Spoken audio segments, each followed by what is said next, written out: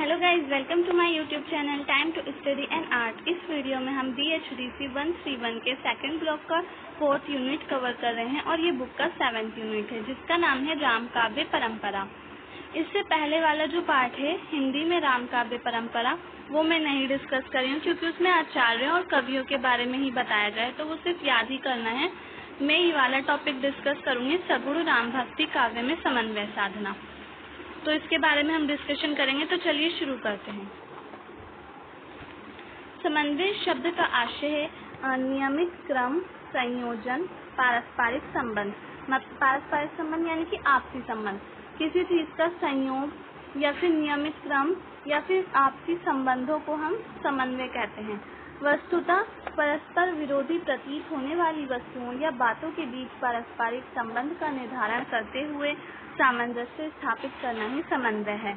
मतलब वस्तुओं के बीच या फिर बातों के बीच आपसी संबंध बनाना, उनका संयोग बनाना या फिर उनके बीच सामंजस्य स्थापित करना ही समन्वय कहलाता है। समन्वय भारतीय संस्कृति की मूलभूत विशेषता है।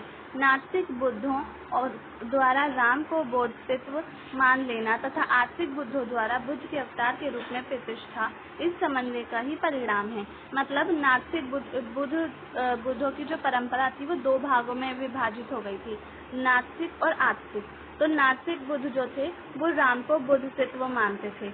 राम काव्य परंपरा में है ये कि नास्तिक बुद्ध राम को बोधिसत्व मानते थे और आस्तिक बुद्ध राम को अवतार के रूप में मानते थे, राम के अवतार की प्रतिष्ठा मानते थे, राम के अवतार पर बल देते थे ये लोग। और ये जो समन्वय की भावना है, समन्वय की विशेषता है, भारतीय संस्कृति में बहुत पहले से ही देखने को मिलती है, बुद्धों के टाइम से, गौतम बुद्ध के टाइम से। इस प्रकार भारतीय संस्कृति की समन्वय मूलकता के अनेक उदाहरण दिए जा सकते हैं। राम काव्य धारा में समन्वय का यह आदर्श तुलसी में ही प्रतिफलित हुआ। उन्होंने इस आदर्श को रामचरितमानस में अनेक दृष्टियों से निरूपित किया है।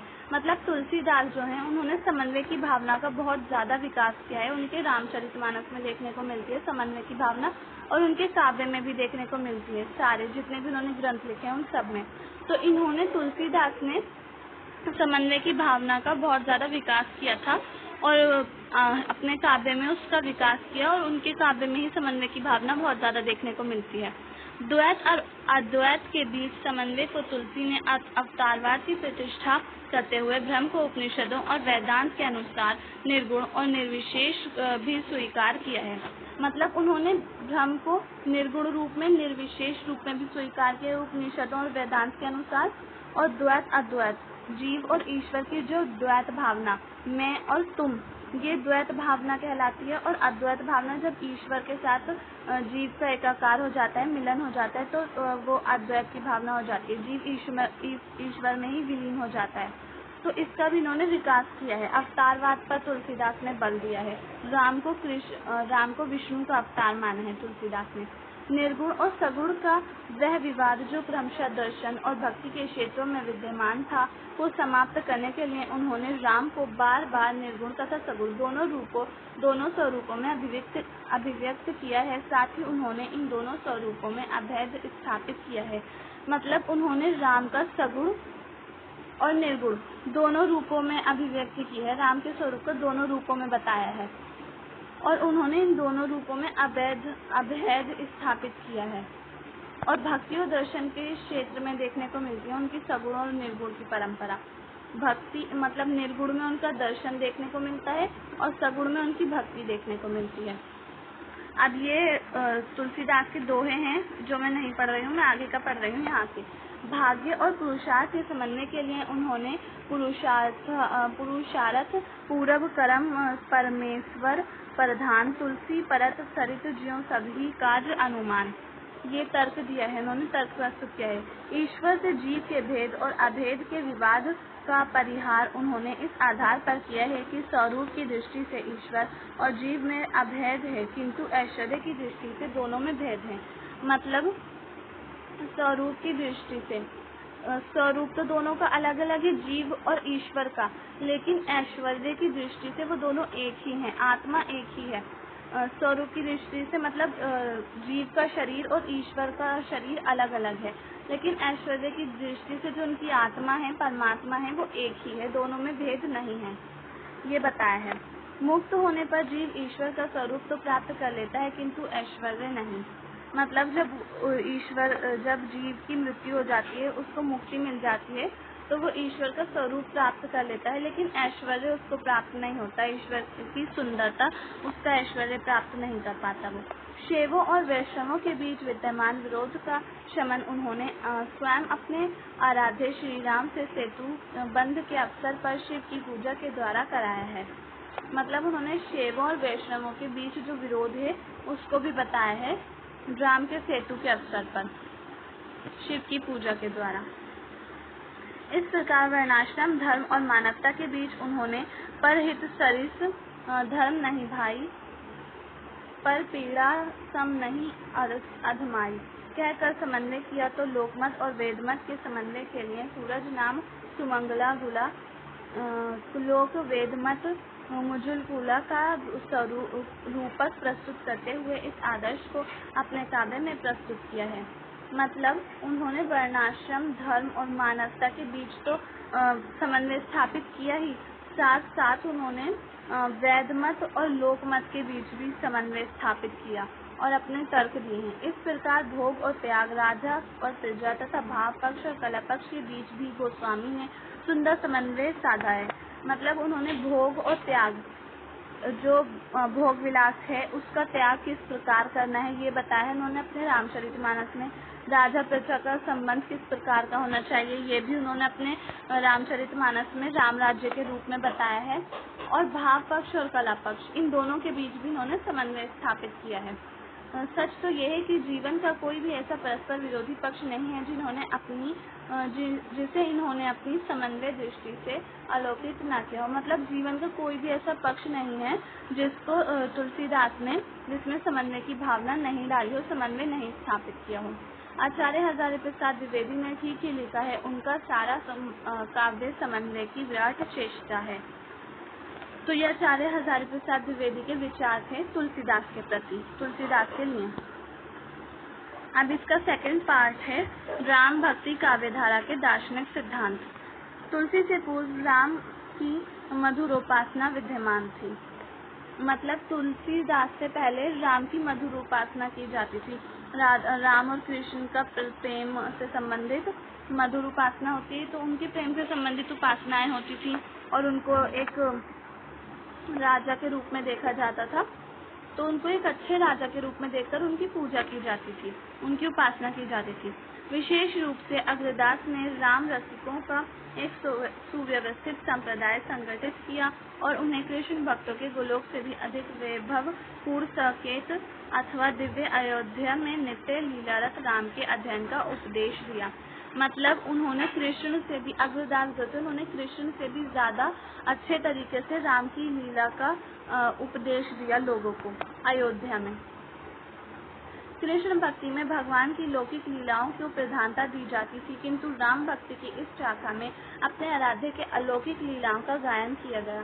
लौकिक लीलाएं मतलब ईश्वरीय प्रेम से संबंधित लीलाएं होती थी कृष्ण काव्य में, लेकिन राम भक्ति काव्य जो था उसमें अलौकिक लीलाओं का गायन किया गया। लौकिक लीलाएं वो होती हैं जब ईश्वरीय प्रेम होता है, जिसमें ईश्वरीय प्रेम होता है, तो उसमें ईश्वर माना गया राम को और ईश्वरीय प्रेम से संबंधित लीलाओं का गायन किया गया। कृष्ण को भी ईश्वर मानते थे, लेकिन उनकी जो लीलाओं का गायन होता था राधा कृष्ण के प्रेम की, तो वो लौकिक होती थी, संसारिक प्रेम उसमें दिखाया जाता था। लेकिन जो राम भक्ति काव्य है इसमें अलौकिक लीलाओं का गायन किया गया, मतलब ईश्वर और जीव का संबंध बताया गया, उनका प्रेम दिखाया गया, उनकी लीलाओं का गायन किया गया, ईश्वर और जीव का। राम को ईश्वर के रूप में माना। तुलसी ने अपने दार्शनिक चिंतन को सुव्यवस्थित और गंभीर रूप से प्रस्तुत किया। उन्होंने वैशिष्ट द्वैत के अनुसार ब्रह्म और जीव के बीच अंशी और अंश का संबंध माना। मतलब वैशिष्ट द्वैत है एक दार्शनिक विचार है, तो इसके अनुसार उन्होंने ब्रह्म यानी कि ईश्वर और जीव के बीच का अंशी और अंश का संबंध माना। ईश्वर को अंशी कहा और जीव को अंश कहा। मतलब अंशी से अंश बना है, अंशी द्वारा ही अंश का जन्म हुआ है, यानी कि ब्रह्म द्वारा ईश्वर का जन्म हुआ है, ब्रह्म ने ईश्वर को पैदा किया है, ये माना इन्होंने विशिष्टाद्वैत के अनुसार। किसने? तुलसीदास ने माना। ये इनका दार्शनिक चिंतन था तुलसीदास का। ब्रह्म के विषय में उनका मत है कि व्यापक स्वरूप ब्रह्म ही शरीर धारण कर नाना प्रकार की लीलाएं करता है। मतलब ईश्वर का व्यापक रूप है, ईश्वर व्यापक है, बहुत बड़ा है और हर जगह है, तो वही ब्रह्म की, यानी कि ब्रह्म वही ईश्वर शरीर धारण करता है और फिर अलग अलग प्रकार की लीलाएं करता है। वो अलग अलग टाइम में, अलग अलग समय में वो जन्म लेता है, शरीर धारण करता है और फिर वो लीलाएं करता है। जैसे कि विष्णु को माना था राम का और कृष्ण का अवतार, तो यही बताया गया है इसमें। सगुणोपासक को वे मोक्ष प्राप्त करने का अधिकारी नहीं मानते, किंतु ऐसा उपासक मोक्ष चाहता भी कहाँ है, उसे तो अपने भगवान की भक्ति से ही पूर्ण काम है। उन्होंने इस जगत को सिया राममय मानकर उसको प्रणाम किया। मतलब उन्होंने पूरे जगत को सिया राममय माना और उसको प्रणाम किया। जीव की वे 3 कोटियां मानते हैं, बद्ध, मुमुक्ष और मुक्त। विषय साधक सिद्ध सपाने, त्रिविधि जीव जग वेद बखाने। ये उन्होंने एक अपना दोहा लिखा और उन्होंने जीव की 3 अवस्थाएं, 3 कोटियां मानी, बद्ध, मुमुक्ष और मुक्त। तो अब देखते हैं इन तीनों के बारे में, अलग अलग किस प्रकार के जीवों का बताया इन्होंने। बद्ध जीव में माया लिप्त रहता है। मतलब बद्ध जीव जो होता है वो माया में ही लिप्त रहता है, माया उसके चारों ओर रहती है और बस वो माया में ही पड़ा रहता है। उसके बारे में इन्होंने ये दोहा दिया है जो मैं नहीं पढ़ रही हूँ। ये माया का भी 2 प्रकार की है, विद्या माया और अविद्या माया। एक तो विद्या माया होती है और एक अविद्या माया होती है। इन्होंने इस माया की, ये जो माया के बारे में बताया है, बद्ध जीव के बारे में जो माया में लिप्त रहता है, उसके बारे में बताया कि ये माया भी 2 प्रकार की होती है। विद्या माया सृजन का आधार है और अविद्या माया जीव को अपने में लिप्त करने के कारण उसके दुख का कारण है। मतलब अविद्या माया जो है उसमें जीव हमेशा लिप्त रहता है, उसमें ही रहता है, तो वो उसके दुख का कारण है। अविद्या माया, वो उसमें लिप्त तो रहता है जीव, लेकिन उसे पता ही नहीं होता कि वो किस कारण दुखी है। वो दुखी होता है लेकिन उसको ये नहीं पता होता कि उसका कारण क्या है दुखी होने का, माया है उसका कारण, ये उसे नहीं पता होता। अविद्या माया सृजन का आधार है, ये बताया। तुलसी के बाद राम काव्य परंपरा के दार्शनिक चिंतन में कोई मौलिक बदलाव आता नहीं दिखता। मतलब तुलसीदास के बाद कोई भी राम काव्य की जो दार्शनिक चिंतन है उसमें कोई बदलाव नहीं मिलता। सिर्फ तुलसी ने ही इस पे अपने दार्शनिक चिंतन दिया है, दार्शनिक विचार दिए हैं। अब इसके बाद का पाठ है निर्गुण संतों का प्रभाव।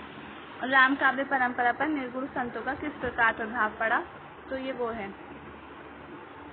तुलसी ने निर्गुण और सगुण के विवाद को अगुण सगुण नहीं कछु भेदा कहकर दोनों के समन्वय के सूत्र में बांधा था। मतलब उन्होंने सगुण और निर्गुण को भी समन्वय के सूत्र में बांधा था। उनकी सगुण साधना पर निस्संदेह निर्गुण संतों का भी व्यापक प्रभाव पड़ता है। तुलसीदास एक ऐसे कवि थे जिन्होंने सगुण साधना की, लेकिन उनकी साधना पर निर्गुण का भी प्रभाव देखने को मिलता है। उन्होंने सगुण साधना पर तो बल दिया, लेकिन उन्होंने कभी भी निर्गुण साधना पर, निर्गुण उपासना की उन्होंने कभी भी निंदा नहीं की, कभी भी उन्होंने उसका विरोध नहीं किया। जबकि सगुण साधना पर वो बल देते थे, फिर भी उन्होंने निर्गुण का विरोध कभी नहीं किया। जिस प्रकार निर्गुण संतों ने गुरु के महत्व को बार बार रेखांकित किया था, उसी प्रकार राम भक्ति धारा के कवियों, विशेष रूप से तुलसीदास ने श्री गुरुपद नख मणि ज्योति सुमिरत दिव्या दृष्टि होती। मतलब निर्गुण संतों ने गुरु के महत्व को बार बार रेखांकित किया, बार बार बहुत ज्यादा महत्व दिया गया था निर्गुण संतों ने गुरु के महत्व को। इसी प्रकार राम भक्ति धारा में, जबकि तुलसीदास सगुण भक्त थे, लेकिन उन्होंने भी गुरु को उसी प्रकार महत्व दिया जिस प्रकार निर्गुण संतों ने गुरु को महत्व दिया था। जिस तरह से बार बार निर्गुण संत गुरु के महत्व को बताते थे, वैसे ही राम भक्ति धारा में सगुण उपासक होने के बाद भी तुलसीदास ने गुरु को वैसे ही महत्व दिया। की स्वीकृति देकर बार बार गुरु के महत्व पर बल दिया। वही है, निर्गुण संतों के नाम महिमा का बार बार उल्लेख किया है। राम भक्त कवियों के यहाँ भी नाम स्मरण का विशेष महत्व है।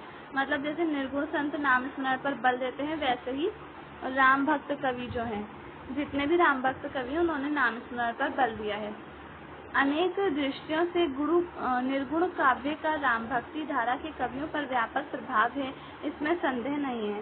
मतलब ये जो निर्गुण धारा है, इसका प्रभाव राम भक्ति धारा पर देखने को मिलता है, ऐसा इसमें बताया गया है। राम भक्ति धारा और आगमन निगम परंपरा, इसका नेक्स्ट पार्ट है ये। राम भक्ति धारा ने अपने आधार आगमन निगम परंपरा से ही ग्रहण किया। मतलब राम भक्ति धारा का आधार है आगमन निगम परंपरा। तुलसी ने तो आगमन निगम का उल्लेख अपने काव्य में बार बार किया है। उन पर वाल्मीकि रामायण, श्रीमद् भागवत, उपनिषद, आध्यात्म रामायण, शिव पुराण, भुशुंडी रामायण, प्रसन्न राघव, हनुमन्नाटक तथा रघुवंश का प्रभाव स्पष्ट है। मतलब ये सारे रामायण से संबंधित ग्रंथ हैं जिनमें राम की कथाएं हैं, तो इन सारे ग्रंथों का प्रभाव देखने को मिलता है तुलसी के काव्य में। इसी प्रकार अन्य राम भक्त कवियों पर भी ये प्रभाव देखा जा सकता है। समग्रता समूची राम भक्ति धारा पर आगमन निगम परंपरा का व्यापक प्रभाव पड़ा है। मतलब ये कहा जाता है कि ये जो आगमन निगम परंपरा है, इसका प्रभाव राम भक्ति धारा पर देखने को मिलता है। और ये जो सारे मैंने अभी नाम लिए थे ग्रंथों के राम से संबंधित, इसमें राम का चरित्र है, तो इन पर भी, इन सारे ग्रंथों पर भी आगमन निगम परंपरा का प्रभाव देखने को मिलता है। तो गाइज आज की वीडियो में सिर्फ इतना ही। अगर आपको मेरी वीडियो पसंद आई हो तो प्लीज़ मेरे चैनल को लाइक करें, शेयर करें, सब्सक्राइब करना ना भूलें।